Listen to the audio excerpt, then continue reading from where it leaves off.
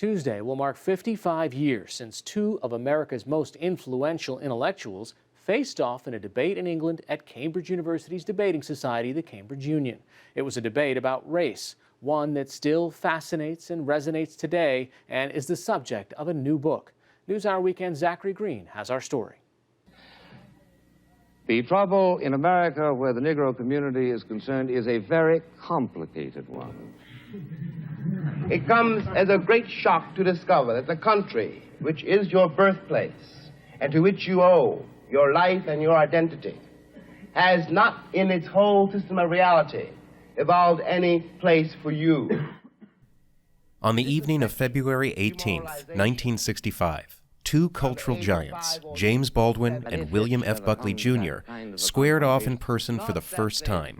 More than 50 years later, the debate still resonates. Political science professor Nicholas Buccola of Linfield College in Oregon was so taken with the skirmish that he wrote a book about it. The Fire is Upon Us. It just seemed to me just such a dramatic moment and such an important one. These two movements that did so much to define 20th century political history, to have these two figures clashing was just irresistible. Though Baldwin and Buckley were about the same age, their lives could not have begun more differently. Baldwin grew up in poverty in Harlem and went from waiting tables in New York's Greenwich Village to become a literary critic and eventually a renowned novelist and essayist. Buckley, a scion of wealth, graduated from Yale and became an influential magazine editor and columnist. Both wrote extensively about race in 1950s and 60s America, though from drastically different points of view. Buckley made his position clear in a 1957 National Review piece called Why the South Must Prevail, in which he contended that white Southerners are entitled to, quote, take such measures as are necessary to prevail politically and culturally over black citizens. And Buckley says explicitly that they have this right and duty because they are, and this is a quote, for the time being, the advanced race. And he calls on people in the South, they have an obligation to promote the cultural equality of black people, and that eventually they need to allow them in to empower them with full citizenship. What did Baldwin think was at the heart of the racial divide in America? What Baldwin said from some of his earliest writings on this is that these people are scared. Their identity is wrapped up in this idea that their whiteness is what gives them their only source of moral worth in the world. It's what gives them value in the world. Baldwin says that is an extraordinarily sad moral life that person is leading. That is the thing they are clinging to give them a sense of meaning. Buccola interviewed members of Cambridge University's debating society, the Cambridge Union, who were present at the 1965 debate. They said the union agreed to let Baldwin appear as part of a publicity tour for one of his books, as long as another guest challenged him on one of the themes of his writings. They ultimately invited Buckley, who accepted.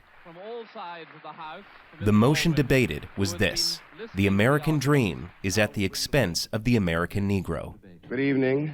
Baldwin starts his speech with this idea that we can't even begin reflecting on the moral and political questions at hand without first addressing this question of what is one's system of reality.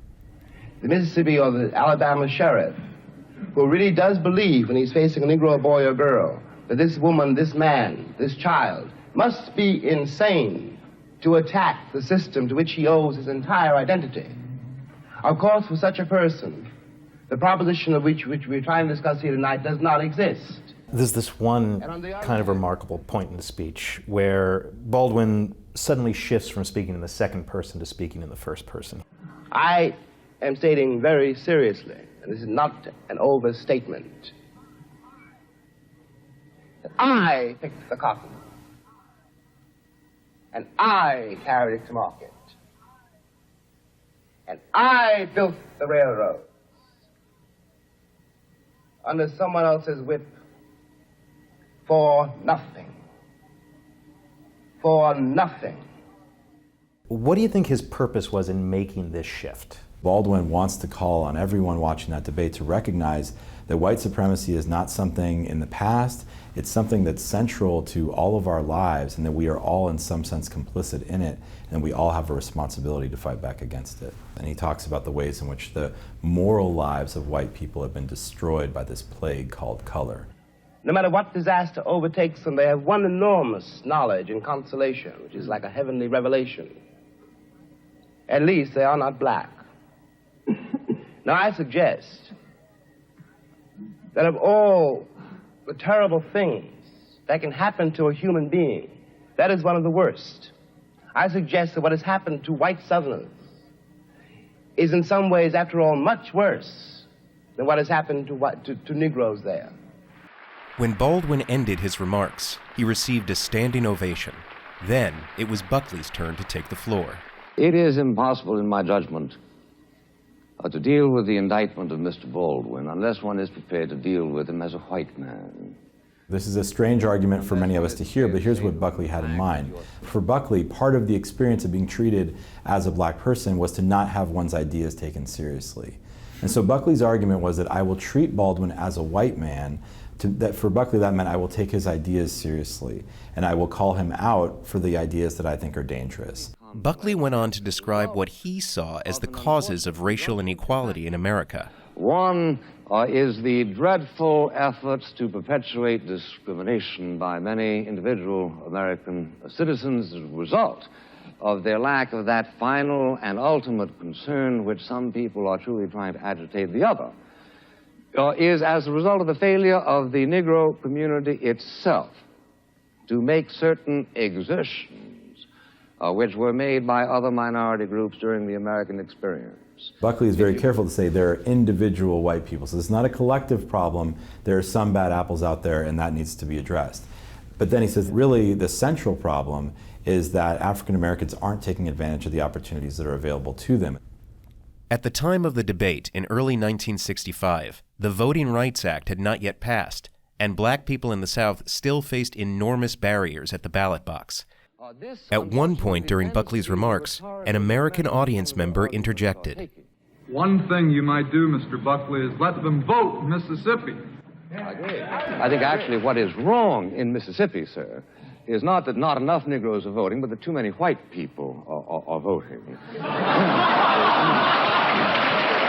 The audience laughs, but Buckley is deadly serious about this. He's still supporting disenfranchisement of black people, but he's saying I'll also disenfranchise some white people and leave only a white elite to control the situation in the South. And he's using things like this idea of colorblind constitutionalism as a way to kind of hollow out the accomplishments of the civil rights movement. At the end of the debate, a vote was taken to determine the winner. Baldwin received 544 votes, Buckley just 164. But Buckley was far from discouraged. He says, I am so proud of my performance that night because I did not give them one inch. That really captures his creed in a very short slogan, right?